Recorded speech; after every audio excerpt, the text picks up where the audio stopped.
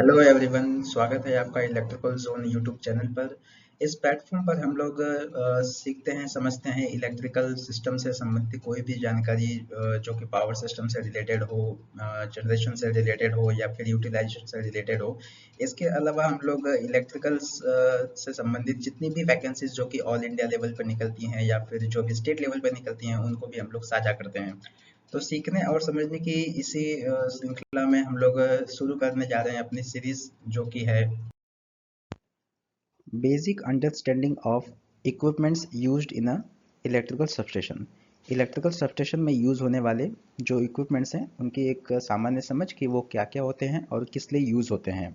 ठीक है, तो जो सबस्टेशन में इलेक्ट्रिकल इक्विपमेंट्स यूज़ होते हैं वो हैं कुछ इस तरीके से: lightning arresters, current transformer, potential transformer, isolator, circuit breakers, BPIs, control panel, power transformers and power panels. So इतनी जो बेसिक चीज़ें हैं वो सबस्टेशन में यूज़ होती हैं। पर इस पे हम लोग आगे बढ़ें उसके पहले हमको ये जानना ज़रूरी है कि जो इलेक्ट्रिकल पावर हम लोग अपने घर पर यूज़ करते हैं, क्या वो इतनी आसानी से हमारे पास पहुंच जाता है? क्या उसके लाने में कोई भी इंटरमीडिएट रोल प्ले नहीं होता या फिर कोई भी दूसरे प्रॉब्लम्स नहीं आती हैं? ये सबस्टेशन क्यों रखे गए हैं? सो बेसिकली हम उसको आगे देख के समझ पाएंगे। कि आप लोग देख सकते हैं कि घर पर हम लोग अपने जब भी स्विच ऑन करते हैं और हमारा पावर ऑन हो जाता है, लाइट ऑन हो जाती है, फैन ऑन हो जाता है। जैसे ही हम लोग स्विच को ऑफ करते हैं वैसे ही सब कुछ ऑफ हो जाता है। सो जितना आसान हम लोग इस चीज़ को घर पे कर लेते हैं, क्या इतना ही आसान है इलेक्ट्रिकल पावर को एक जगह से दूसरी जगह पर लाना? क्या इतनी आसानी से बिजली पैदा हो जाती है? क्या हमको ये समझ लें कि जैसे ही हम लोग ऑन करते हैं वैसे ही बिजली पैदा हो रही है या फिर जैसे ही बंद करें वैसे ही बिजली पैदा होनी बंद हो जा रही है? नहीं, ऐसा नहीं है। एक्चुअली बिजली जो हम लोग यहाँ पे, पावर जो हम लोग यहाँ पे यूज़ कर रहे हैं, जो हम लोग यहाँ पे यूटिलाइज कर रहे हैं, वो हमसे कई सैकड़ों किलोमीटर दूर या फिर कई मतलब हजारों किलोमीटर दूर से वो कहीं और पे जनरेट हो रहा होता है और वहाँ से पावर जो है वो हमारे पास तक पहुँच रहा होता है। सो हम लोग देखते हैं कि वो कहाँ पे जनरेट होता है और किस किस तरीके से होकर के वो हमारे पास पहुँचता है। तो जैसा कि आप लोग देख पा रहे हैं, जो पावर है वो पावर प्लांट में जनरेट होता है और पावर प्लांट कोई भी हो सकता है। पावर प्लांट एक हाइड्रो पावर प्लांट हो सकता है, एक थर्मल पावर प्लांट हो सकता है, चाहे तो फिर वो न्यूक्लियर पावर प्लांट हो सकता है। सो वो पावर प्लांट कोई भी हो सकता है। वो पावर प्लांट से जो पावर जनरेट होता है वो 11 केवी के लेवल पे जनरेट होता है। 11 केवी लेवल पे जनरेट होने के बाद वो पावर जो है वो स्टेप अप किया जाता है थ्रू स्टेप अप ट्रांसफार्मर, जिसका वोल्टेज लेवल बढ़ा करके उसको आइदर 220 केवी या फिर 400 केवी या above as per the requirement, जैसी ज़रूरत हो उस लेवल पे उसको इंक्रीज किया जाता है। तो ये जो पहला पावर ट्रांसफार्मर है वो स्टेप अप पावर ट्रांसफार्मर है। इसको स्टेप अप पावर ट्रांसफार्मर या step up generation generating step up substation भी बोलते हैं। सो बेसिकली जहाँ जहाँ पे भी ये ट्रांसफार्मर बताए गए हैं वो एक्चुअली एक इलेक्ट्रिकल सबस्टेशन है जिनके बारे में हमने अभी पहले चर्चा की, और उसी इलेक्ट्रिकल सबस्टेशन में यूज़ होने वाले जो इक्विपमेंट्स हैं उसी को हम लोग आगे समझेंगे। सो ये जो वोल्टेज है वो इंक्रीज़ किया गया है, ठीक है। अब वोल्टेज इंक्रीज़ करने का जो रीज़न होता है कि हमारा जो पावर होता है P is equal to be V into I. Generally हम लोग ये जानते हैं एक फिक्स अमाउंट ऑफ पावर को अगर फ्लो करना है तो अगर उसका वोल्टेज लेवल इंक्रीज कर दिया जाए तो उसका जो करंट है वो एक सम अमाउंट काफ़ी अच्छे लेवल तक डिक्रीज हो जाएगा, और जिसकी वजह से आई स्क्वायर आर जो लॉस होता है पावर का वो लॉस कम हो जाएगा। सो बेसिकली वोल्टेज राइज किया जाता है ताकि पावर फ्लो के टाइम पे जो लॉसेस है वो रिड्यूस किया जा सके, ठीक है, कम किया जा सके। अब जो पावर है वो फ्लो होते हुए यहाँ से निकल के फिर एक ट्रांसमिशन सबस्टेशन में जाता है। इसको इंटरमीडिएट सबस्टेशन बोलते हैं, जो कि वोल्टेज लेवल को 400 केवी से मे बी 220 केवी या 132 केवी एज पर द रिक्वायरमेंट यहाँ पे कन्वर्ट करता है, या 66 केवी पे कन्वर्ट करता है, ठीक है। फिर उसके बाद जो 66 केवी का जो पावर है वो फ्लो होता है और वो डिस्ट्रीब्यूटिंग सबस्टेशन में जाता है। डिस्ट्रीब्यूटिंग सबस्टेशन एक 66 केवी लेवल का सबस्टेशन हो सकता है या 33 केवी लेवल का सबस्टेशन होता है, जो कि फर्दर वोल्टेज को आगे 11 केवी में ट्रांसफॉर्म करता है। और यहाँ से कुछ EHV कंज्यूमर्स भी होते हैं जो कि डायरेक्टली 66 kV का पावर जो है वो यूटिलाइज कर लेते हैं। बट मोस्टली जो सबस्टेशंस होते हैं वो यहाँ से 11 kV में उसको कन्वर्ट कर देते हैं।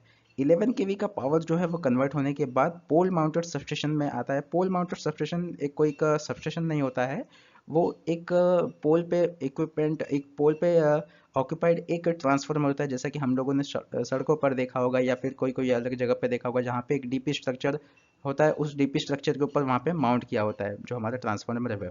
वो ट्रांसफार्मर 11 kV जो पावर है या वोल्टेज है उसके लेवल को रिड्यूस करके 415 वोल्ट के पावर वोल्टेज में कन्वर्ट करता है। और वो 415 वोल्ट का जो पावर है वो 3 फेज 4 वायर सिस्टम के रूप में यहाँ पे आगे बढ़ता है। अब वहाँ से एक सर्विस मैन लेकर के 230 वोल्ट AC सप्लाई हमारे घरों में आता है, जो कि फिर हम लोग देख ही चुके हैं कि कैसे हम लोग स्विच ऑन या ऑफ करते हैं तो जो पावर है वो ऑन ऑफ होता है। सो जो भी पावर हम लोग यहाँ पे यूटिलाइज करते हैं वो यहाँ पे जनरेट होता है। अब यहाँ पे जनरेट हो रहा है और यहाँ पे यूटिलाइज हो रहा है, इसके बीच में कई सैकड़ों किलोमीटर का डिस्टेंस हो सकता है या फिर हजारों किलोमीटर का डिस्टेंस हो सकता है। वो कितने दूर से पावर आ रहा है वो हम नहीं जानते हैं।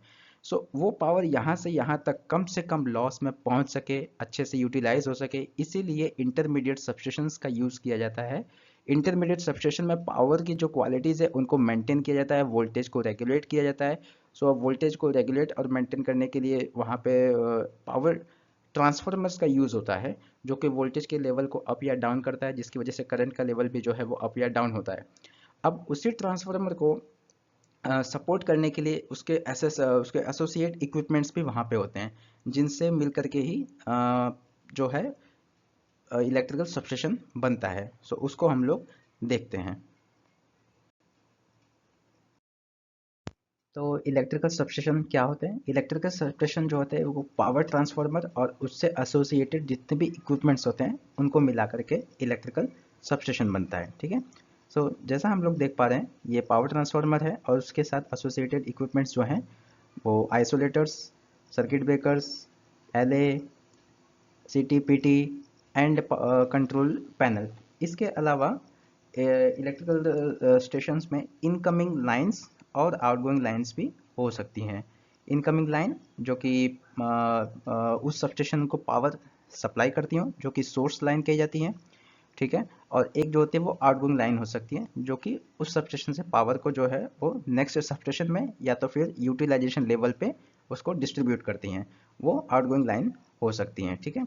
सो इन सभी के कॉम्बिनेशन से मिला करके इलेक्ट्रिकल सबस्टेशन बनता है और इलेक्ट्रिकल सबस्टेशन में इतने सारे जो हैं वो मेन इक्विपमेंट्स है, इसके अलावा भी बहुत सारे इक्विपमेंट्स जो हैं वो यूज़ होते हैं, बट ये जो है वो कुछ मेन इक्विपमेंट्स हैं।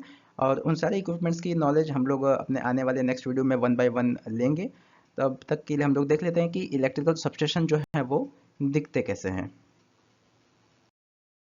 ये देख सकते हैं कि इलेक्ट्रिकल सबस्टेशन जो है उसके व्यूज किस तरीके का इलेक्ट्रिकल सबस्टेशन होता है। जैसे कि आप लोग यहाँ पे देख पा रहे हैं ये एक EHV सबस्टेशन है जो कि 66 kV से अबोव वोल्टेज का होता है। ये आप देख पा रहे हैं यहाँ पे भी जो है वो एक 66 kV का सबस्टेशन है। अब यहाँ पे आप देख रहे हो कि ये एक चॉकलेट कलर की पोर्सिलिन्स यहाँ पे भी दिख रही है, यहाँ पे भी दिख रही है, यहाँ पे भी दिख रही है। सभी जगह पे चॉकलेट कलर की जो पोर्सिलिन डिस्क होती है वो सब दिख रही है। सो ये सब दिखते तो एक ही जैसे, पर सभी के डिवाइस जो है वो अलग अलग है और सभी के यूज़ भी अलग अलग हैं। सो इन्हीं डिवाइस को हम लोग समझेंगे अपने नेक्स्ट वीडियो में। और आप लोग तब तक के लिए इसको देखिए, समझिए और अपने आने वाली वीडियो में वापस से हम लोग इसको डिटेल में समझेंगे। Thank you so much.